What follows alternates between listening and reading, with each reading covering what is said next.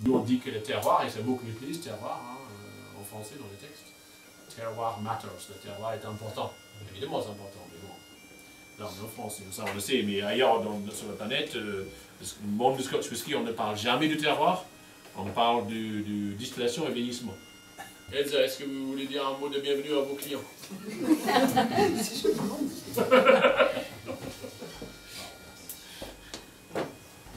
Je vous remercie d'être venus aussi nombreux. Hein, et donc,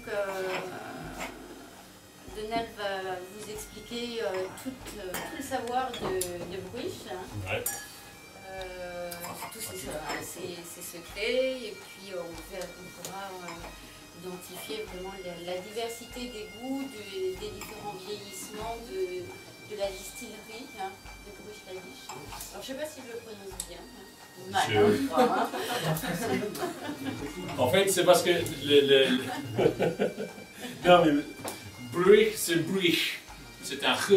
C'est pas un che, hein, donc c'est Bruich. On va la faire ensemble. Bruich. C'est bien. Non, j'entends un che là. Non, on n'a pas né sur le che. C'est vraiment le che. C'est. Il y a des crachoirs. Bruich. Et ensuite, le truc un peu curieux, c'est que le Laddie, c'est Laddie. Donc, le premier CH, c'est un che. Et on imaginerait que ça sera Bruich Laddich. Et en fait, non, le CH à la fin est silencieux. Ça donne Bruich Laddie. D'où le Laddie, d'ailleurs, quand on parle de Laddie 10 ou de Laddie 16, Bruich Laddie. C'est le gaélique, il ne faut pas chercher à comprendre. On va dire à Harrison Ford qui le prononce mal. Ah bon? Je l'ai vu dans un film, il disait Bruich Laddich. Oui, bah souvent quand on a. Les Anglais disent, ils n'arrivent pas à dire un che. Nous on dit loch pour les lacs. Et mes cousins anglais disent loch. Ils disent Bruich Laddich. Comme ça, ils n'arrivent pas à dire le CH. Génétique. Et je sais pas. On va parler des condamnés, hein, c'est pas la faute des pauvres. C'est vraiment. Chez nous, si vous dites Bruich Laddich, on va dire oh là là. Je connais pas. Alors que si vous dites Bruich Laddich, ah là, Bruich Laddich. Alors, qu'est-ce qu'on peut dire pour organique? Alors bio, ok, mais bio, alors on s'en fout, on n'est pas. On s'en fout pas, soyons clairs. Mais bio, tant qu'argument, c'est un peu light, n'est-ce pas? En quelque sorte. Alors, il est très clair. Quand on voit un whisky très clair, qu'est-ce que ça signifie? Non. Non. C'est ce qu'on a tendance à dire. En fait, il y a deux choses qui colorent votre whisky. La première chose, qui est assez inavouable, et on n'en parle pas, c'est les colorants caramel 250. Et Bruich Laddich, évidemment, n'utilise pas de caramel, les couleurs sont naturelles. Et j'estime que les couleurs naturelles est quand même très important, parce que ça nous donne une idée du type de bois utilisé, plutôt. Là, quand tu as un jaune très clair, tout ce qui est jaune, ça. Jaune foncé, c'est la même teinte, enfin c'est la même teinte. La teinte n'est pas la même, mais c'est la même fût. Ça, c'est une version plus délavée, si vous voulez. Donc ça veut dire fût de Bourbon de première utilisation, et ça veut dire fût de Bourbon de deuxième utilisation. Dans le sens où on récupère en Écosse, je crois que c'est 97% du whisky écossais d'or dans des fûts ayant contenu au préalable, de près ou de loin, du Bourbon américain. Eh bien, vous cherchez un équilibre entre les saveurs intrinsèques de votre distillat, qui est le fruit d'un choix d'orge, d'un choix de fermentation, d'un choix de distillation. Ça donnera un distillat déjà. Et ça, vous cherchez un écran en chaîne obligatoirement qui va aller le mieux avec votre distillat. L'idée étant de faire en sorte que les deux soient en harmonie. Là, ici, clairement, ce n'est pas le bois qui domine, c'est les spiritueux qui dominent. 46 degrés, jamais moins chez Bruich Laddich. Donc, ce n'est pas du 40 degrés, c'est gras. Ça donne de la mâche, ça donne des whiskies qui ont beaucoup de richesse, puisque ces whiskies-là n'ont pas été filtrés à froid non plus, ce qui est assez rare aussi. Moi, par contre, en tant que professionnel, je peux prendre une gorgée.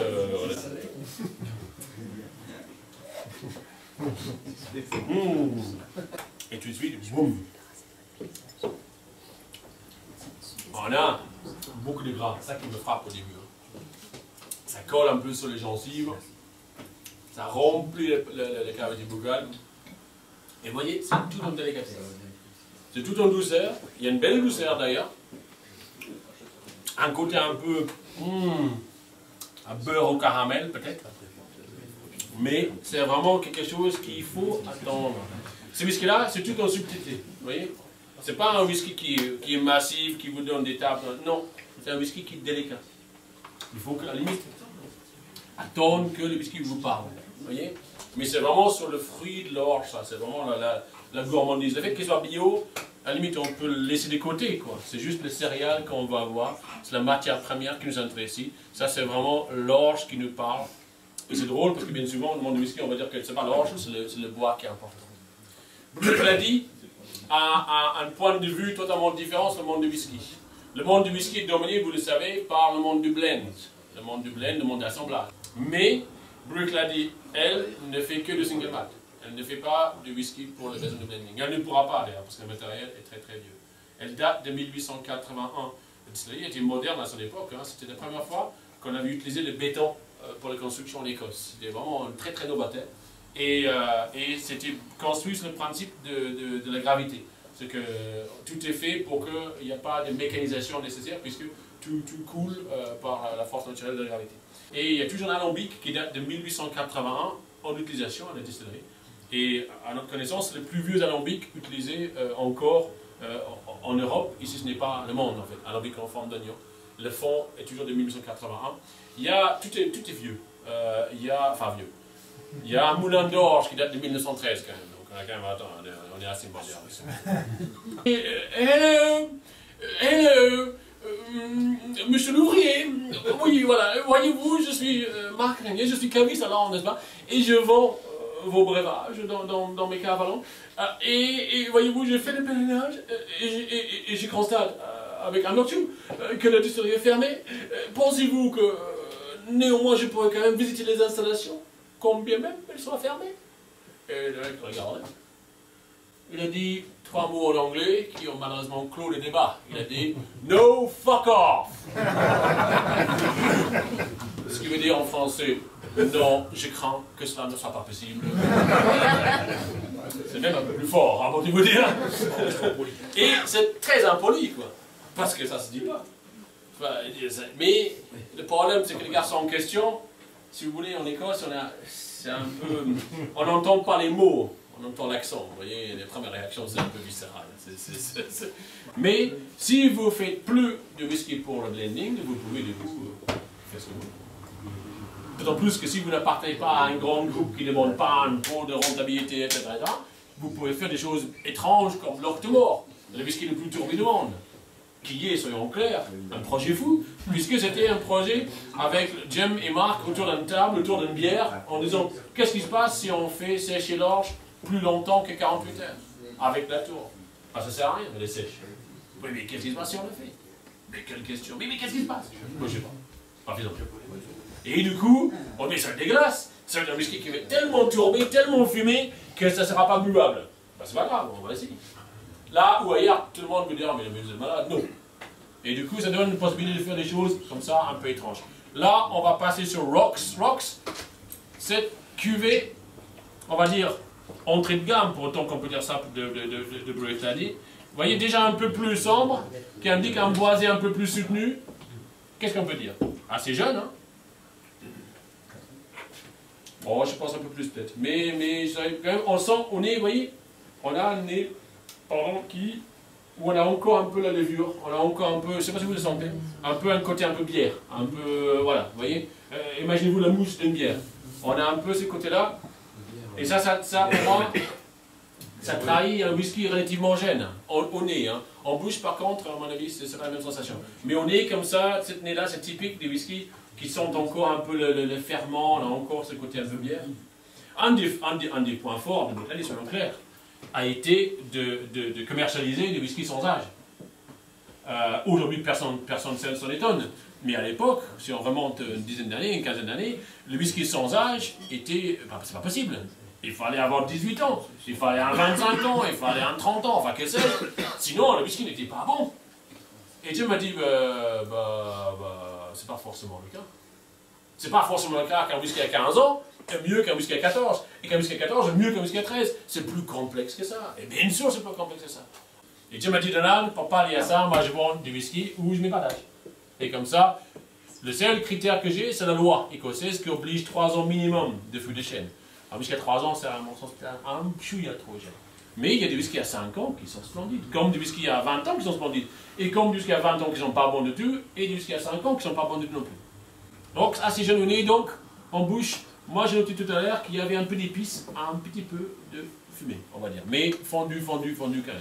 Mais par rapport à l'organique avant, je pense qu'on va l'avoir. Là, vous voyez, il y a un peu plus de puissance. Un chouïa on peut qualifier peut-être un peu de poivre, vous voyez, ou d'épices, qui trahit un petit côté, un petit peu de fumée, qui arrive juste en voile. Bon, on a marqué unpeated, hein, non tourbé. Mais pour moi, il y a quand même une petite nuance qui donne du relief, en fait. C'est pas de la tourbe comme le Port Charlotte, hein. C'est pas un Lafroig, hein. Mais il y a un petit chouïa comme ça, et on a du bois un peu plus conséquent. Vous voyez, on a un certain, il y a quand même une douceur qui s'installe derrière. On a quand même un produit qui est assez riche, et ça c'est l'entrée de gamme. Vous voyez? Et c'est marrant comme le côté, on va dire, jeune au nez, moi en bouche, le côté jeune disparaît. C'est souvent le nez où on le voit, en bouche, moi c'est juste un whisky à boire. Et c'est ça. S'il y a un truc à retenir de Bruichladdich, pour moi, c'est que ce ne sont pas des whiskies de collectionneurs, ce sont des whiskies que l'on boit avec des amis. Et tant mieux, quoi, tant mieux. Ils sont un peu élagués au fur et à mesure. Il faut dire aussi qu'à un moment donné, quand vous avez plus, quoi. Enfin, vous avez beau essayer de... La seule chose à faire, c'est faire pisser la vigne. Enfin, nous, on ne sait pas, on n'est pas des champenois. Ça c'est dit. Non, mais enfin, donc du coup, quand les cuvées sont finies, Et du coup, Wave c'est fini, Rock c'est fini, et puis c'est fini. Mais il y a d'autres cuvées, c'est pas grave. C'est un produit distillé qui vit. Mais bon, ça c'est donc historique. On peut que tirer 16 ans derrière pour voir ce que ça donne. Ça, l'année 16, qu'est-ce que c'est? What is it? 16 ans, mais bourbon cask. En fin de compte, c'est pas véritablement 16 ans, parce que ceux qui ont suivi me diront, là, attention, en 2000 ans, c'était fermé. Enfin, c'était fermé 94-2001, tu as recommencé d'ici en 2001, pardon, on est en 2014. C'est pas possible d'avoir un whisky qui a 16 ans. Si ça l'est, si on prend de vieux stocks, des stocks qui datent du coup, fatalement, de 94 ou au-delà. Donc, vous voyez bien qu'on a affaire à un whisky qui n'a pas 16 ans, mais qui a plutôt 19, 18, 20 ans. Donc, bon, on dit 16 parce que sinon, bon, après, c'est galère. Alors là, on est sur un 16 ans qui n'est pas 16 ans, du coup, c'est plus vieux que ça. Vous voyez, la robe déjà beaucoup plus soutenue, on est beaucoup plus sombre, on est beaucoup plus riche en couleurs. C'est parce que c'est une fût qui sert ici pour la première fois, qui doit du coup marquer avec des tanins. Quel type de tanin? Un fût de Bourbon doit marquer par des tanins vanillés. Les chênes américains donnent beaucoup de vanille, donnent un côté très beurre au caramel, on va dire, un côté un peu noix de coco, on peut trouver aussi. Ça donne un côté très boisé. 16 ans, on a compris, plutôt 18, voire au-delà, il doit être aussi très fondu. Il doit être quand même un côté là, plus posé, peut-être plus fan de soirée, enfin, plus une sensation d'ensemble qu'une sensation de strate de saveur. Vous voyez, sur un whisky vieux comme ça. On va voir. J'ai pas goûté encore. Et après, avec quand même. C'est beaucoup plus fondu, vous voyez. Moi, j'ai pas d'extract de saveur là.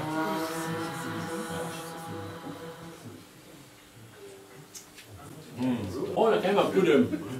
On a un peu de. Il reste un peu de caractère quand même. Hein. C'est pas fade. Hein. Vous savez, à l'époque, ce qui est marrant avec Bruichladdich, les vieux cuvées, il leur faut du temps. Il leur faut du temps en fût. Et c'est ça, dans le monde du whisky, qui est drôle.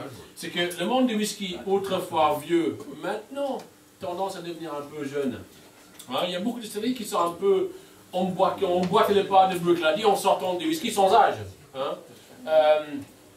Bon, il y a deux phénomènes qui pour ça. Le premier phénomène, c'est que le monde du whisky, il y a une consommation qui a accru. Et une production qui a diminué. Parce que nous, dès qu'il y a une crise, on est chatouilleux et on baisse la production. Donc il y a 2007, déjà la crise, je crois, non?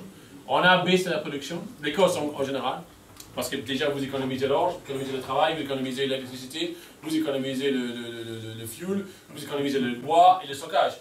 Et en plus de ça, vous préparez la baisse de la consommation qui va arriver derrière. Sauf qu'elle n'a jamais baissé, elle continue à augmenter. Donc du coup, on manque aujourd'hui de whisky qui a 10, 12, 15 ans. C'est pour cette raison qu'il y a beaucoup de distilleries qui sortent des cuvées sans âge aussi. Nous, c'était parce qu'on avait un trou, on peut le dire, entre 1994 et 2001. Il y a cette année où il y a eu quasiment rien, 98 un petit peu, mais quasiment rien, donc il a fallu faire les grands écarts. Et ce qu'a fait Jim qui était très fort, c'était de prendre du whisky vieux, et là je pense à Waves et Rocks et ces cuvées-là, whisky vieux, un peu de whisky vieux, ou beaucoup, hein, c'est long, et du whisky jeune, et les assembler. Vous êtes toujours sur un single malt, parce que c'est la même distillerie, fait distiller sur place, mais vous avez pris un assemblage de vieux avec de jeunes. Et c'est ça qui était le secret. Dans bien du cuvée Bruichladdich, sans âge, vous pouvez goûter en disant, ça c'est un whisky vieux. Et pourtant il est sans âge. Mais c'est parce que l'équilibre entre certains fûts vieux et certains fûts jeunes fait que vous avez une fraîcheur de la jeunesse et un côté velouté du vieux. C'est pas donné à tout le monde de le faire avec autant de succès. Mais s'il y a aussi une pression sur les ventes aussi, c'est des gens comme Macallan. Macallan autrefois, les grands défenseurs de whisky à 18 ans, à 25 ans, maintenant ils vendent du Macallan Amber. C'est des couleurs maintenant, des codes couleurs sans âge. Mais pourquoi? Parce que Macallan était dans Skyfall. Ah oui, James Bond du Macallan. Vous pouvez en rire, mais en Asie, tout le monde a dit, c'est lui, il boit ça, moi je bois ça. Parce que vous savez, autrefois, on avait un modèle pour la consommation de whisky écossais qui était toute faite pour vous. Hein. Pas pour vous, forcément, vous êtes déjà consommateur, mais pour les nouveaux pays. Et le modèle, c'était d'abord des blends sans nom, enfin sans histoire, vous voyez, des blends génériques. Et ensuite, seulement, des blends de marque. Johnny Walker, Ballantine's, JB, que c'est.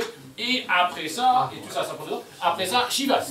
Hein, ou Johnny Walker, label noir, enfin, cuvée, comme on dit, blend de luxe, vous voyez. Et après seulement quelques temps, vous pouvez accéder peut-être à des spécialités comme les Cardus. Des trucs relativement simples, là, pas trop cher. Moi, ça veut dire, t'as vu ça, mec? Ton alcool de riz de merde, là? Non, chez nous, c'est le Rolex de chaque Seguela. Vous voyez, voilà. Si vous ne l'avez pas, vous êtes un loser, quoi. Et ça, c'est très important. Et du coup, comme ils le boivent avec du thé vert et des glaçons, peu importe le goût, c'est pas grave, quoi. Bon. Là, on laisse fermenter la bière. Et on va goûter un Islay Barley. Islay Barley, quelle est l'entrée de cette cuvée? L'entrée de cette cuvée-là, c'est d'avoir de nouveau un whisky 100% Islay. Depuis la fin de la Première Guerre mondiale, eh bien, il n'y a plus eu d'orge sur Islay, puisque les faucheurs sont partis se faire faucher dans les tranches. Vieillissement, vous avez compris, c'est très clair, pour pas non plus que le bois vienne écraser les saveurs intrinsèques de la matière première. L'entrée de cette cuvée-là, c'est la matière première. Là, c'est Islay dans un verre. La première fois que nous l'avons goûté, c'était pour nous quelque chose de mouvant, parce que c'est la première fois depuis un siècle qu'un whisky est fait sur Islay de A à Z. Du naissance de l'orge jusqu'à la mise en bouteille sur l'île. Donc, c'est un vrai whisky d'Islay. C'est bon, hein? Un vrai whisky de terroir. Hein? Alors, c'est délicat. Hein?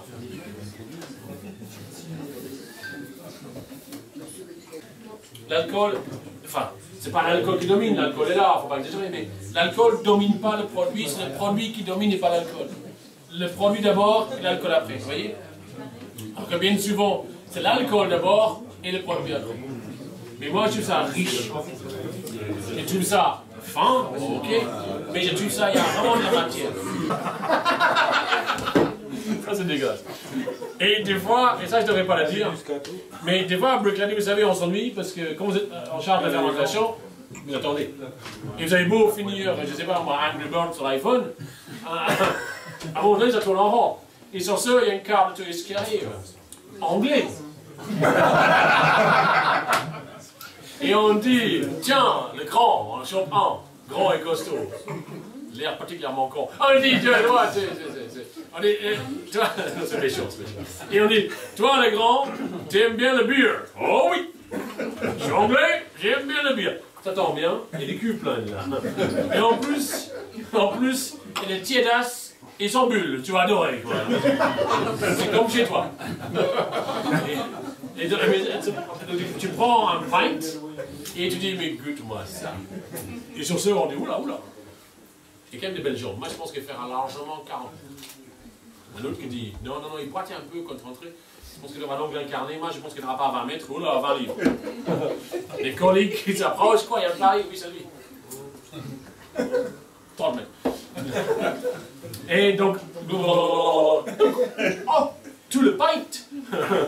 Moi, je suis non seulement courageux, mais téméraire. Et on dit, bah, tiens, venez, on va aller voir l'alambic. Maintenant, parce qu'on a fait la bière, on va aller voir la distillation.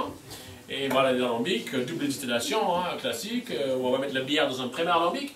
Et on va distiller cette bière pour concentrer ses saveurs. Et il sur ça, il y a une main fébrile qui se lève. C'est où le WC? C'est urgent! Le WC? C'est hors service, monsieur. Comme c'est ballot. Par contre, nous sommes situés non pas loin de la mer, la plage est à 50 mètres. 39 mètres, ah yes! On m'appelle Ned Lang, c'est pareil pour les chevaux, je sais pas, ça peut faire. Ça cache une corpulence, ça ne finit. Comment tu crois que je paye mes motos? Et maintenant j'y vais. J'oublie ça, moi, j'oublie cette histoire. Et j'y vais avec les cavistes, j'y vais avec Elsa, j'y vais au mois de février-mars, j'y vais avec des groupes de cavistes. Et à chaque fois, donc on visite le Gladys, je dis, bah, tiens, super, on va goûter la bière. Ah non, non. On se rappelle de ton histoire. Pour Charlotte, vieillissement, faut les Américains, deuxième utilisation, on a la fumée. Là, on a la tourbe. C'est la réponse de Jim à la Gavouline, la Freud, Artbeg, Kaolila. Jim disait Donald, quand je suis arrivé à Brooklady, en voyant les alambics de Brooklady qui sont très hauts et très forts, je me suis dit que ces alambics-là ont été faits pour faire un whisky tourbé tout en finesse. Ça donne quoi ça? Attention, tourbé. Hein. C'est pas un Afroig, hein, c'est pas un Artbeg. Hein.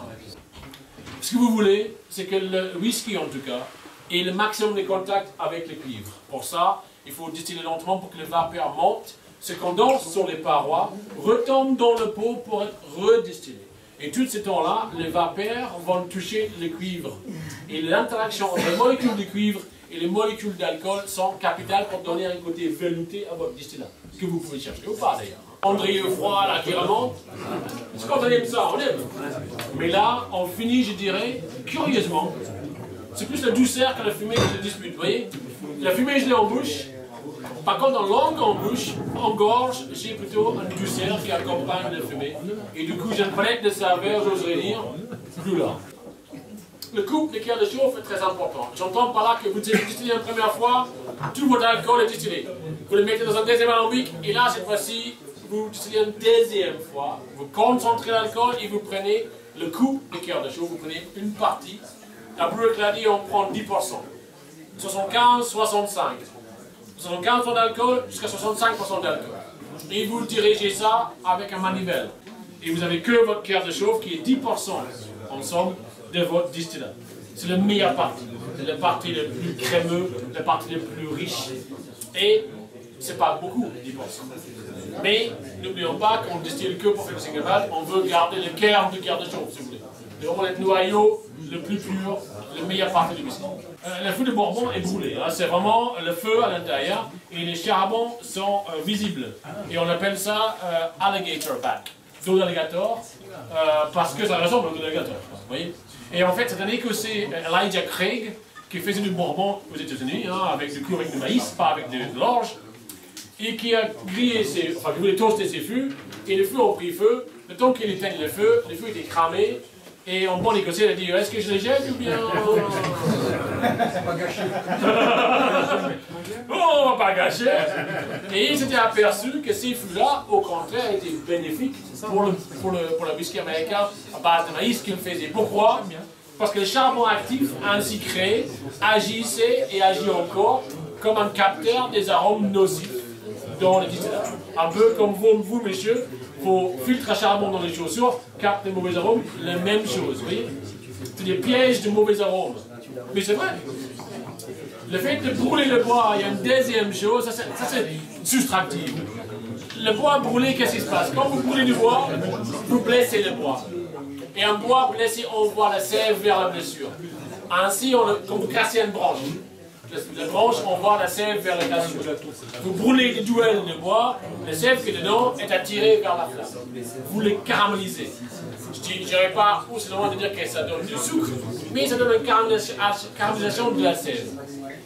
Et le whisky qu'on mettait dedans, ça, le distillat, vous remplissez à la gueule, la journée, ça va se dilater un petit peu, et le soir, ça va se contracter un petit peu.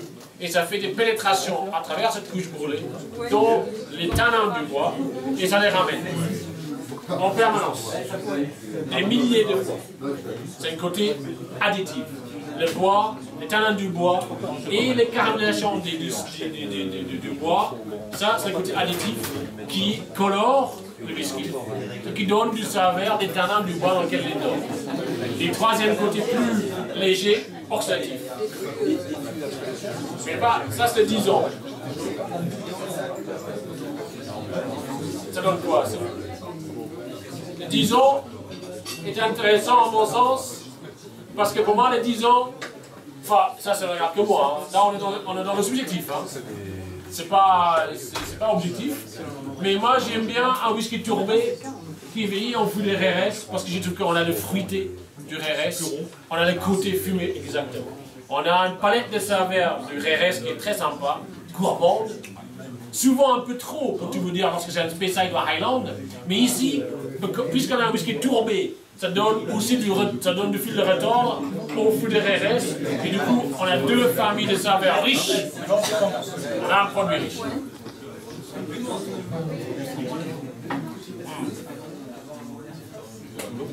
Et du coup, on a un côté où on finit sur la gourmandise, la fumée n'est pas dominante pour tout après. La fumée s'en va pour moi. On finit pour moi avec une certaine sucrosité riche du fût de RRS. Pour moi, elle est quasiment sans digestif. C'est pas mal. Alors, est-ce qu'on goûte un intermède avant la Black Heart? Vous avez 2 minutes ou pas? Ah, au moins 2 minutes? Bon, Brick l'a dit, va avoir 2 déclinaisons à partir de février-mars. Scottish Barley, orge écossaise garantie, et Islay Barley, orge d'Islay garantie. Et les 2 cuvées vont être côte à côte.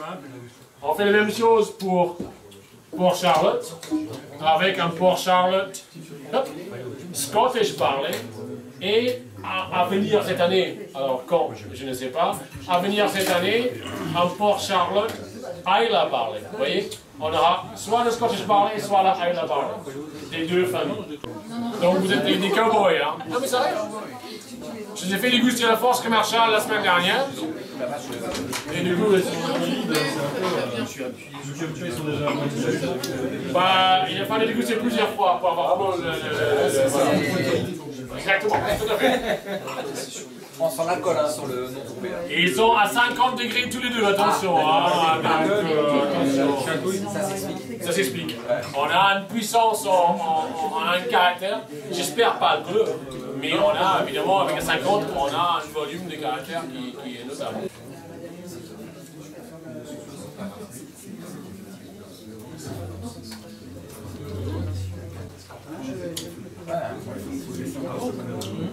Et je trouve que, un peu comme je l'ai parlé, les 50 degrés donnent quand même un petit supplément d'amplitude, évidemment, qui n'est pas inintéressant.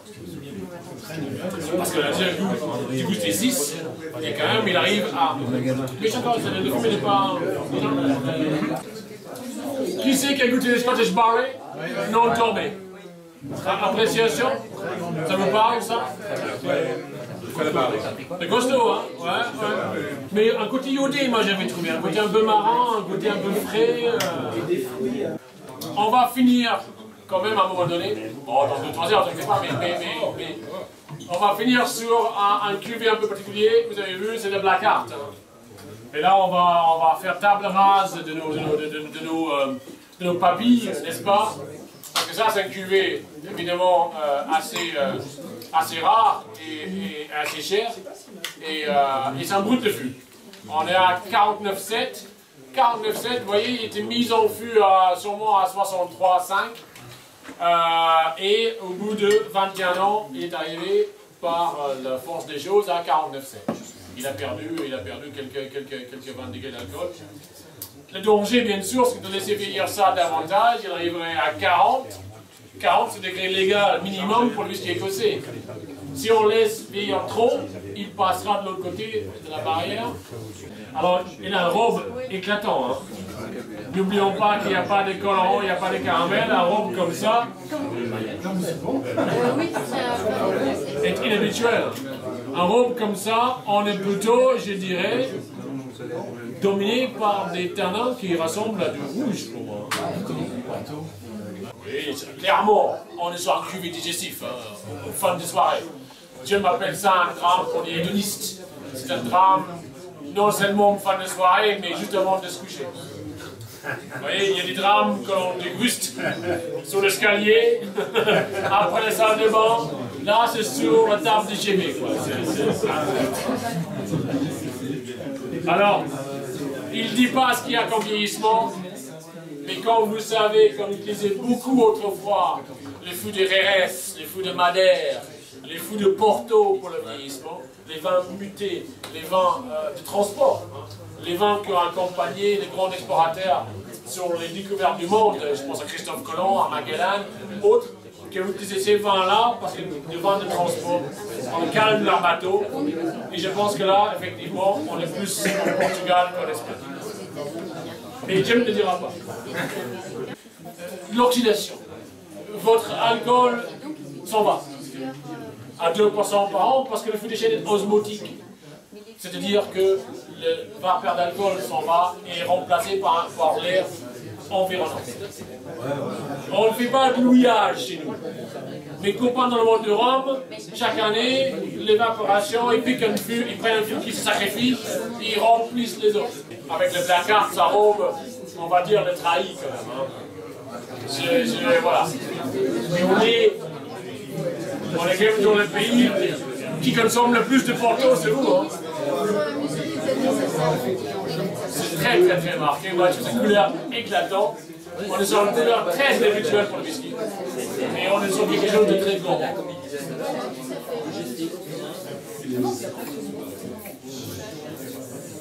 Oui, on a le bois. Moi je le bois qui revient en bouche. C'est assez marrant. Hein. Il y a une jolie boisée qui revient. Il y a un côté un peu sec. À mon avis, un Porto quoi. Je sais pas, j'allais dire un Tony, vous l'avez, mais je ne sais pas sûr. Hein. Parce que c'est pas trop sur un sucrosité résiduel. C'est pas trop. Il y a un peu de gourmandise, mais pour moi, le Porto blanc, les gens savent.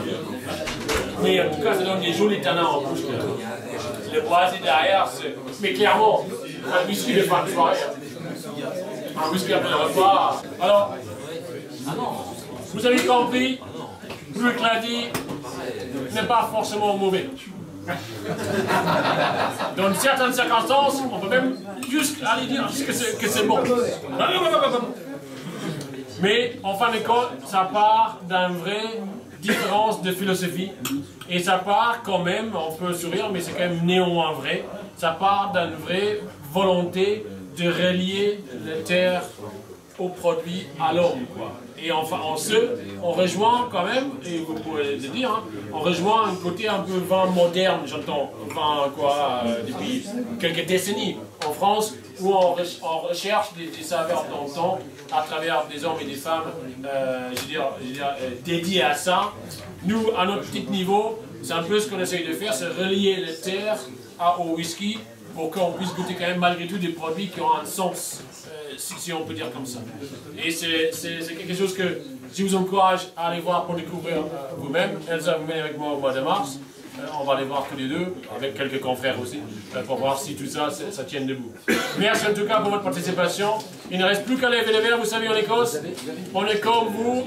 Quand on boit un verre de whisky, un verre d'alcool, on se souhaite mutuellement en bonne santé. On n'est pas comme les cousins anglais qui disent bottoms up, cul en l'air, quelle vulgarité. vous dites santé, et nous en gaélique, même chose, slange. Slange. Slange, merci beaucoup. Merci. Merci.